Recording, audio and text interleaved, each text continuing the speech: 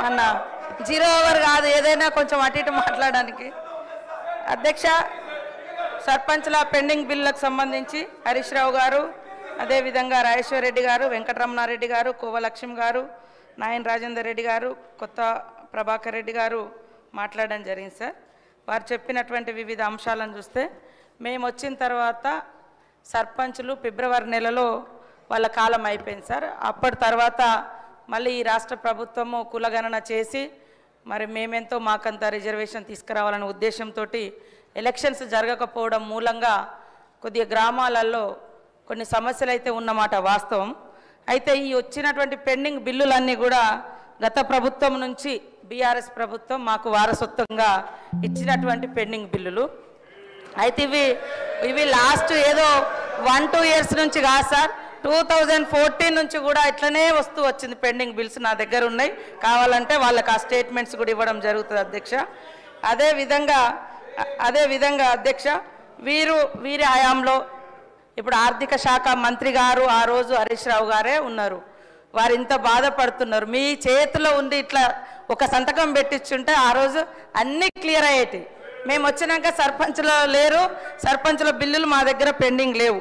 అయినా కూడా సార్ మా ప్రభుత్వంలో మరి ఇప్పటి వరకు జీపీల కోసం 740 కోట్ల రూపాయలను ఇవ్వడం జరిగింది. ఉపాధి హామీ కింద కూడా గతంలో జరిగినటువంటి పనులలో 450 కోట్లు రిలీజ్ చేసినాం. ఇంకా కొంత పెండింగ్ ఉన్నది వాస్తవం. కాకపోతే వీళ్ళ హయాంలో చేసిన వాళ్ళందరి దాదాపుగా ఎన్ఆర్ఈ చేసి మేము కూడా క్లియర్ చేయడం జరిగింది సార్. అట్లనే ఎలక్షన్స్ జరగకపోవడము ఇతరత్రతోటి ఆ నిధులు కొంత గ్రామ అభివృద్ధి కోసం రిలీజ్ చేయలేకపోయినాం. కేంద్ర ప్రభుత్వం 15వ ఆర్థిక సంఘం నిధులను విడుదల చేయలేదు సార్, అది కూడా కొద్దిగా ఎఫెక్ట్ ఉంది. అదేవిధంగా మన ఊరు మన బడి కింద కూడా మన వాళ్ళు మాట్లాడారు. 1100 కోట్ల రూపాయల పనులను గత ప్రభుత్వం చేస్తే మరి అవి 800 కోట్ల రూపాయలు పెండింగ్ ఉన్నటువంటి మాట కూడా వాస్తవం. ఇప్పుడు మేము అమ్మ ఆదర్శ పాఠశాలలతోటి పనులు చేయించడం జరుగుతూ ఉంది సార్. కాబట్టి ఈరోజు మరి మా కోవలక్ష్మి గారు ఎమ్మెల్యే గారు అన్నట్టుగా మేము చెల్లించమనలేదు, చెల్లిస్తాము.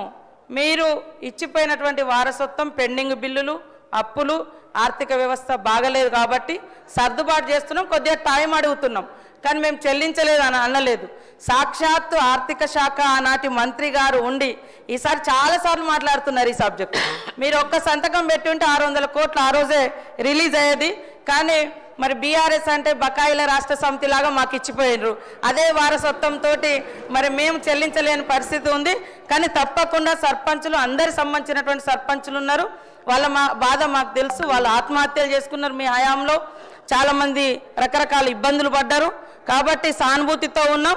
సకాలంలో రిలీజ్ చేసేందుకు ఆర్థిక శాఖ మంత్రులను కూడా నేను వేదిక ద్వారా కూడా కోరుతా ఉన్నాం. మీ తరఫున కూడా నేను మాట్లాడుతూ ఉన్నా. నమస్తే. Question number 566.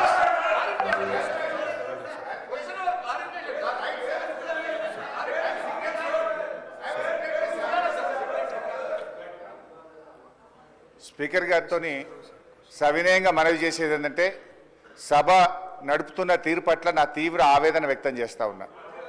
ఫస్ట్ క్వశ్చన్లో నేను చెయ్యెత్తితే మీరు సిగ్నేటరీ కాదు, మీకు మైక్ ఇవ్వమన్నారు. థర్డ్ క్వశ్చన్లో సిగ్నేటరీ కానటువంటి వ్యక్తికి మీరేమో ఇప్పుడు మైక్ ఇచ్చారు. ఎందుకు ఇచ్చారని మేము అడగడం లేదు. సభా సాంప్రదాయాలు అందరికీ సమానంగా ఉండాలని సవినయంగా మీకు విజ్ఞప్తి చేస్తున్నాం.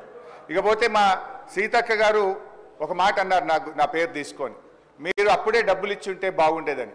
ఎస్, నేను ఇచ్చాను. మా గౌరవ కేసీఆర్ గారి ఆదేశాల మేరకు పల్లె ప్రగతి కింద ప్రతి నెల 275 కోట్ల రూపాయలు మేము గ్రామ పంచాయతీలకు ఇచ్చాం. పల్లె ప్రగతి ప్రారంభమైన తర్వాత 3,300 కోట్ల రూపాయలు 3,300 కోట్ల రూపాయలు మేము గ్రామ పంచాయతీలకు ఇచ్చాం. ఒకవేళ మీరు ఆ పద్ధతిని కొనసాగించుంటే నెల 275 కోట్లు ఇచ్చుంటే ఇవాళ ఈ బకాయిలు ఉండేటియే కాదు అనేటువంటి విషయాన్ని మనం చేస్తా ఉన్నా. ఇవాళ కాంగ్రెస్ పార్టీ ఈ సర్పంచుల పాలిట, పేద కాంట్రాక్టర్లు, ఎంపీటీసీలు, జెడ్పీటీసీల పాలిట ఈ హస్తం గుర్తు భస్మాసుర హస్తమై కూర్చున్నది. ఇవాళ వాళ్ళ ఉసురు పోసుకుంటున్నారు. సో దయచేసి మంత్రి గారిని నేను స్పష్టంగా అడిగా, సంవత్సర కాలంలో మీరు క్లియర్ చేయలేదు. ఒక్క నవంబర్లో బడా కాంట్రాక్టర్లకు 1200 ఇచ్చారు. అందులో సగం ఇస్తే సర్పంచ్ల బిల్లులు క్లియర్ అవుతుండే. ఎప్పట్లోకి ఇస్తారో స్పష్టంగా చెప్పండి అంటే త్వరలో ఇస్తాం, చూస్తాం, చేస్తామన్నారు. ఏడాది అయినాక కూడా చూస్తాం, చేస్తామనేటువంటి మరి బాధ్యతారహితమైన సమాధానం మంత్రి గారి నుంచి వచ్చినందుకు ఈ సభ నుంచి మా తీవ్ర నిరసన తెలియజేస్తూ వాకౌట్ చేస్తున్నాం. మినిస్టర్ గారు అధ్యక్ష, గౌరవ సీనియర్ శాసనసభ్యులు హరీష్ రావు గారు మాట్లాడుతూ ప్రతి నెల 270 కోట్ల రూపాయలు రిలీజ్ చేసిన తర్వాత బకాయిలు ఉంటాయి అధ్యక్ష. మేము డిసెంబర్లో ప్రభుత్వాన్ని ఏర్పాటు చేయడం జరిగింది. ఫిబ్రవరి మాసంలో సర్పంచుల పదవీ కాలం పూర్తయింది. ఒకవేళ ఉన్నా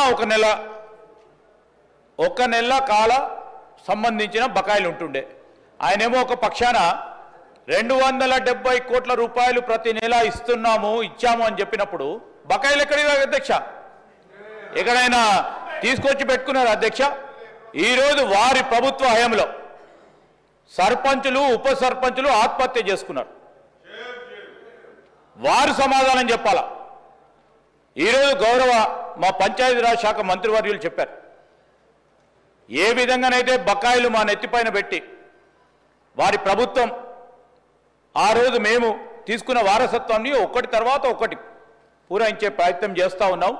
ఈరోజు కూడా సర్పంచులకు కానీ, ఎంపీటీసీలకు సంబంధించింది కానీ, జెడ్పీటీసీలకు సంబంధించిన ఏవైతే బకాయిలు గత ప్రభుత్వాలు ఇవ్వకుండా పోయినాయో ఒకటి తర్వాత ఒకటి పూరించే కార్యక్రమం చేస్తూ ఉన్న సందర్భాన్ని ఈరోజు మరొక్కసారి మా గౌరవ సర్పంచులు, మాజీ సర్పంచులకి, ఇతర సభ్యులకు కూడా మేము మీ ద్వారా తెలియజేస్తా ఉన్నాం అధ్యక్ష. ఇంకోటి కూడా గౌరవ సభ్యులు చాలామంది సీనియర్ శాసనసభ్యులు ఉన్నారు ఇక్కడ. క్వశ్చన్ అవర్స్కి సంబంధించి క్లారిఫికేషన్స్ ఉండవు, సభను పక్కదారి పట్టించే కార్యక్రమం చేస్తున్నారు. సరే, గౌరవ శాసనసభాపతి గారు మీరు ఆ స్థానంలో ఉండి ఇంకేదైనా సమాధానం అక్కడ కూర్చున్న మాజీ సర్పంచ్ సోదరులకు ఉపయోగపడే విధంగా ఏదైనా అడుగుతారంటే సభను ప్రక్కదారి పట్టించి కేవలం రాజకీయాల ఉద్దేశంతో వారి పరిపతిని పెంచుకునే ప్రయత్నం చేస్తాను. నేను దయచేసి స్పీకర్ గారిని కోరుతా ఉన్నాం అధ్యక్ష, క్వశ్చన్ అవర్లో క్లారిఫికేషన్స్ సంబంధించి ఆలోచన చేయమని కోరుతా ఉన్నాం అధ్యక్ష. Question number 566.